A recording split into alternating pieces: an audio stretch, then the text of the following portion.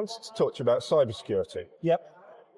Not necessarily, because you're the go-to expert, and neither am I, but isn't it really difficult to prove a business value when stuff doesn't happen? I mean, yeah, it's a tough sell, isn't it? I think with cybersecurity, you want stuff not to happen. Yeah. But the question is it not happening because of the spend you had, or would it have not happened anyway? So I mean, if you're talking to a boardroom, how do you, let's say my CIO has got hold of the idea that he wants to have some heuristic AI cybersecurity scanning. It's going to scan log files. It's going to look for anomalous network activity. Yeah. How would you sell that? Well, thank God I'm not in cybersecurity right now trying to sell it. But I think of cybersecurity really as like your suit of armor, right? It is about risk reduction. That is the business value you're providing, lowering the risk of your business failing or being hacked or losing value based on attacks, and that is the protection that cybersecurity offers. Now, one challenge is if you overinvest in one single area of cybersecurity, you don't reduce the risk in one area more than 100%, right? 100% would be the maximum. And what you'd be looking at is, am I spreading the cybersecurity around all of the different kinds of threats and all of the different areas that need that risk reduction evenly or in an intelligent way? Or am I over protecting in certain areas?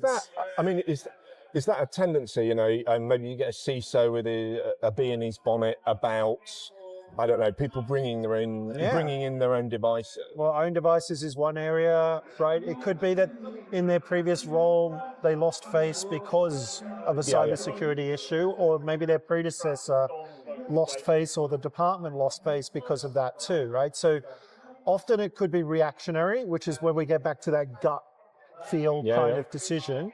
But if you want to quantify it, you can look at how are we, detecting what cybersecurity is doing for us.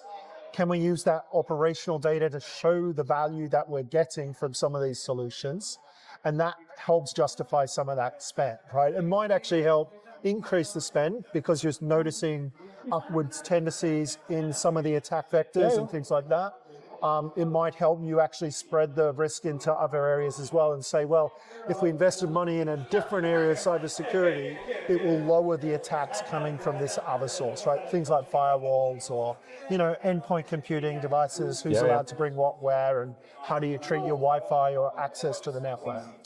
And if I can switch topic very slightly, obviously, the buzzword is AI, as it's been for the last 3 years or so now. Yeah.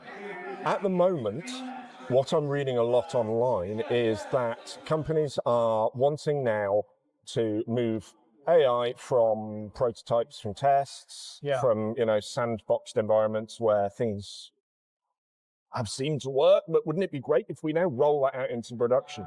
Yeah. Is that an area which people in business, decision makers, are they having to justify the necessary spend for that?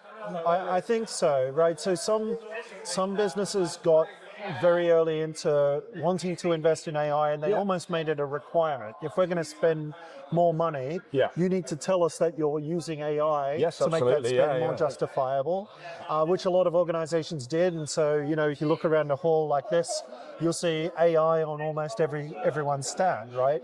But the reality is you need to be thinking about, am I using AI in a way that it delivers more value than just using other technologies to deliver that same thing? So you don't want to use AI if it's not giving you a premium sort of sense of value, because you will be paying more for an AI solution typically. Yes. Right? And mostly you're looking at AI to help your organization generate more revenue, right? Less often, but still may be the case, some organizations are looking for it to reduce costs, right? Yes. You might be replacing even non-IT costs with AI costs to deliver the same kind of work through a more automated and scalable kind of method, right? So the reason why many POCs say fail to go to production is that they can't really demonstrate that scalability in value.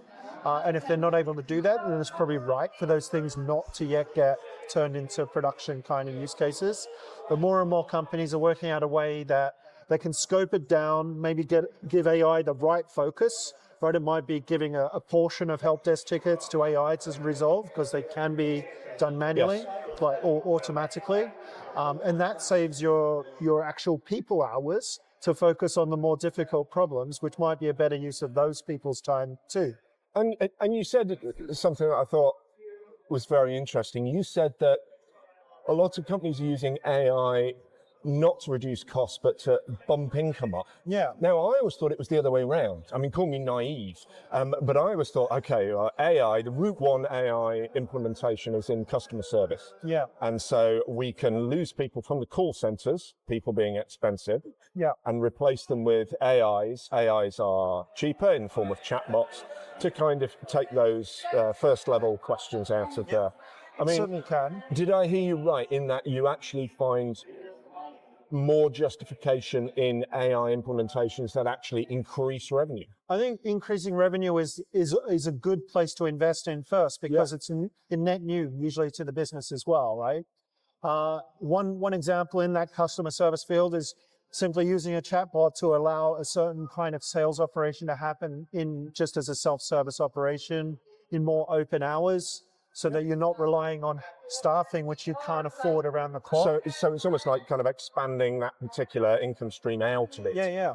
And again, it might still be a case that you're only handling the simple cases, that it might refer on more difficult cases to a human agent to deal with in the next 24 hours, but it might still be able to generate revenue that you weren't getting before. And in other organizations, they're using AI to create new products, to do things that you couldn't do before and offer those as sales services back to the customer as well. So I think the revenue generating activities are probably the better place to invest in. Oh, interesting.